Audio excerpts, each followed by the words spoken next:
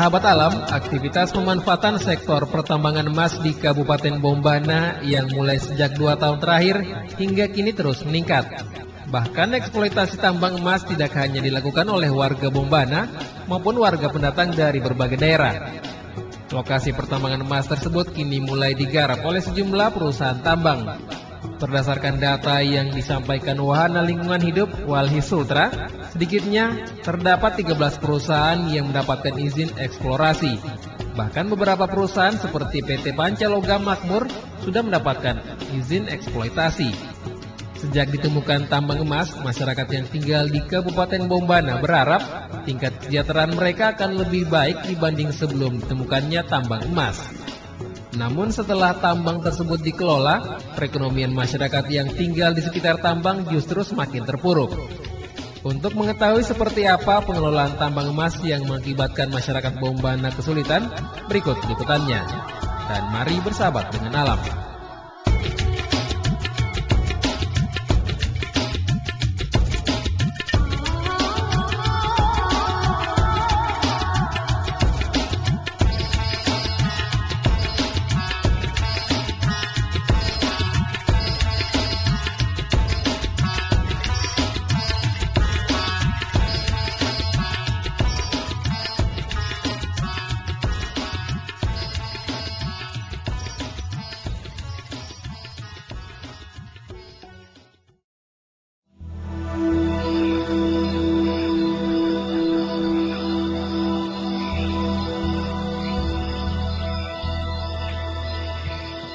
Kubangan raksasa hampir menghiasi sejumlah sudut lokasi pertambangan emas yang terletak di desa Wubumbangga dan Tahi Ite. Sedangkan lubang-lubang kecil bekas galian para penambang tradisional juga berseliweran di hampir seluruh tempat. Ada yang masih baru digali dan ada juga yang sudah lama ditinggalkan oleh penambang.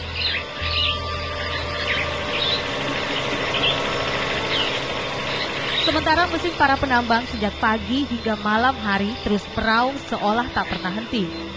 Lokasi-lokasi yang diduga mengandung deposit emas terus dipadati para pendulang. Bukan hanya mereka yang datang sendirian, bahkan beberapa di antara mereka memboyong seluruh anggota keluarganya untuk bersama-sama mencari butiran-butiran emas yang tersimpan dalam tanah. Salah seorang pendulang tradisional bernama Suparman mengaku, jumlah emas yang diperoleh belakangan ini jauh lebih sedikit dibanding sebelumnya. Jika sebelumnya setiap harinya bisa memperoleh butiran emas sebanyak puluhan gram, kini ia hanya dapat beberapa gram saja.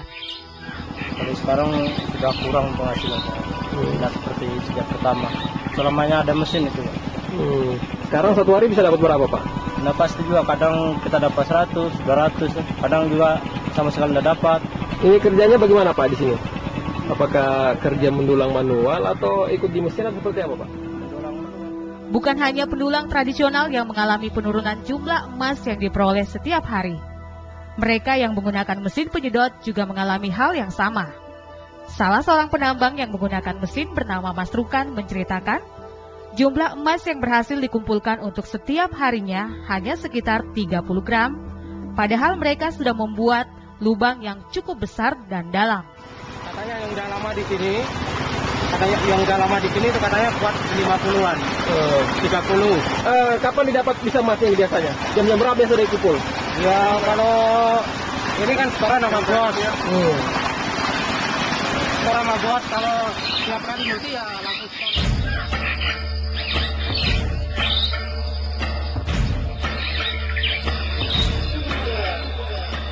Jumlah emas yang diperoleh para penambang emas tradisional maupun penambang yang menggunakan mesin memang sudah jauh berkurang dibanding saat penemuan awal tambang emas.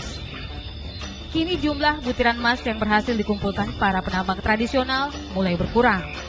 Harapan untuk memperbaiki kondisi ekonomi mereka mulai hilang seiring dengan munculnya dampak negatif yang timbul akibat maraknya aktivitas penambangan yang sukar dikendalikan. Warga yang tinggal di sekitar lokasi pertambangan emas justru sudah merasakan dampak negatif dari aktivitas penambangan yang tidak terkendali ini. Salah satu contoh warga yang tinggal di desa Watu-Watu, sejak 1 tahun terakhir mulai kesulitan memanfaatkan areal persawahan mereka, karena pengairan irigasi yang bersumber dari bendungan Langkoala mengering.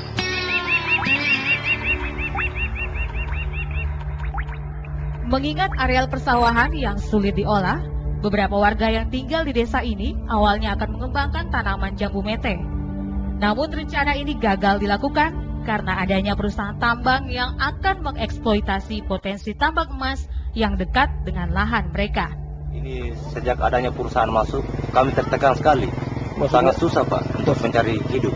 Itulah kalau kami mau masuk lokasi, setengah mati kami mau digosok, mau dipukul kiri kanan. Jadi begitu kami masuk Pak, didapat lagi di lokasi, kami dihancurkan, kami punya barang, bahkan dibakar kami punya tenda, itu di dalam.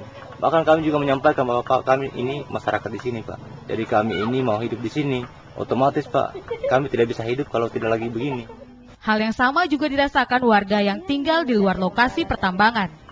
Salah seorang petani bernama Ketut Alit mengaku sudah hampir 1 tahun terakhir, sebanyak 2 hektar sawah miliknya tidak bisa lagi diolah. Akibatnya ia mengalami kerugian hingga belasan juta rupiah. Untuk memenuhi kebutuhan 7 anggota keluarganya, Ketut Alit terpaksa hanya mengandalkan ternak miliknya yang masih tersisa. Langkoala ya? SD8, ya, SD8, SD9 itu air ke sini. Tapi sekarang tidak ada. Sekarang sudah hancur itu sungai, bagaimana? Tidak ada air lewat, lagi tidak ada turun hujan. Susah sekarang petani di sini. Ya kalau yang cari emas Pak, kalau seperti saya tidak cari emas bagaimana? Makan saja beli beras 1 liter sudah susah.